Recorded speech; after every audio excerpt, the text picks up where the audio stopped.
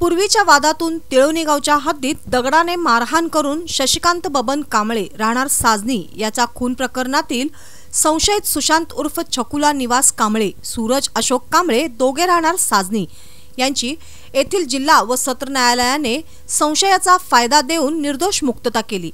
संशयितांतर्फे ज्येष्ठ विधिज्ञ ॲडव्होकेट मेहबूब बांदार यांनी काम पाहिले। या घटनेची पार्श्वभूमी अशी 21 सप्टेंबर 2016 रोजी हातकंगले ते रुई फाट्याला जाणाऱ्या रोडवर तिळवणी गावच्या हद्दीत वर्षापूर्वी झालेल्या भांडणाच्या रागातून शशिकांत कांबळे यास हातकंगले ते रुई फाटा या रोडवर अडवून मारहाण करत त्याच्या डोक्यात दगड घालून खून केल्याप्रकरणी संशयित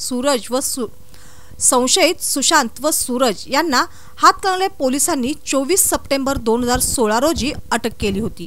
याबाबतची फिर्याद मयताचा भाऊ दीपक कांबळे यांनी दिली होती।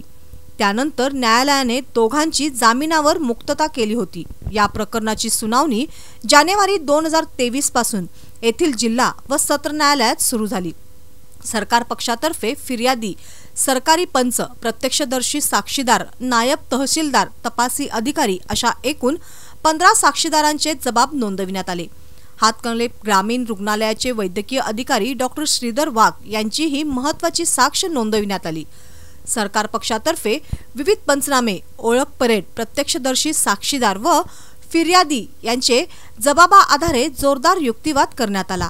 तथापि प्रत्यक्षदर्शी साक्षीदार यांचा जबाब घटनेनंतर 8 दिवसाने ओळख परेड, तब्बल 2 महिन्यानंतर खुनाचा हेतू सिद्ध होत नाही, निव्वळ संशयावरून संशयितांना अटक केली आहे असा युक्तिवाद संशयितांचे वकील मेहबूब बांदार यांनी मांडला।